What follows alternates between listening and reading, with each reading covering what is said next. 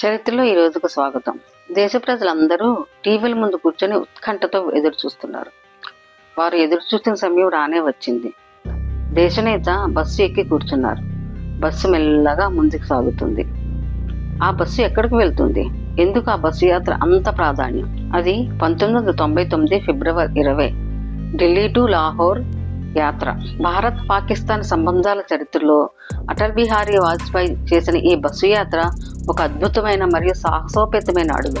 1998లో భారత్ పాకిస్తాన్ రెండు దేశాల మధ్య అణు పరీక్ష నిర్వహించడంలో సరిహద్దుల్లో ఉద్రిక్తతలు పెరిగాయి. ప్రపంచ దేశాల ఒత్తిడి కూడా పెరిగింది. ఈ పరిస్థితుల్లో శాంతిని నెలకొల్పడానికి వాజ్పేయి గారు ఈ వినూత్న మార్గాన్ని ఎంచుకున్నారు. అదే ఢిల్లీ టు లాహోర్ బస్సు యాత్ర. 1999 ఫిబ్రవరి 20న ఢిల్లీ టు లాహోర్కు బస్సు యాత్ర ప్రారంభమైంది. ఈ బస్సులో వాజ్పేయి గారు స్వయంగా ప్రయాణించి వాఘా సరిహద్దు దాటి పాకిస్తాన్లోకి అడుగుపెట్టారు. అప్పటి పాక్ ప్రధాని నవాజ్ షరీఫ్ స్వయంగా ఆయనకు స్వాగతం పలికారు. ఈ పర్యటనలో రెండు దేశాల మధ్య ఒక చారిత్రాత్మక ఒప్పందం జరిగింది.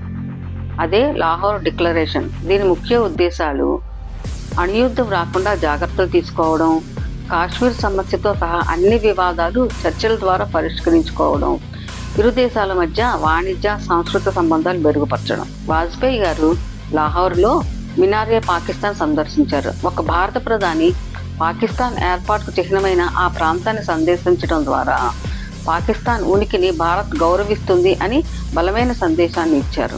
మన స్నేహితులను మార్చుకోవచ్చు, కానీ పొరుగువారిని మార్చుకోలేము అని వాజ్పేయి గారు ఈ బస్సు యాత్ర సందర్భంగా అన్నారు. అంటే మనం పొరుగువారిని మార్చుకోలేము కాబట్టి వారితో స్నేహ సంబంధాలు పెంచుకోవాలని ఆయన ఉద్దేశం.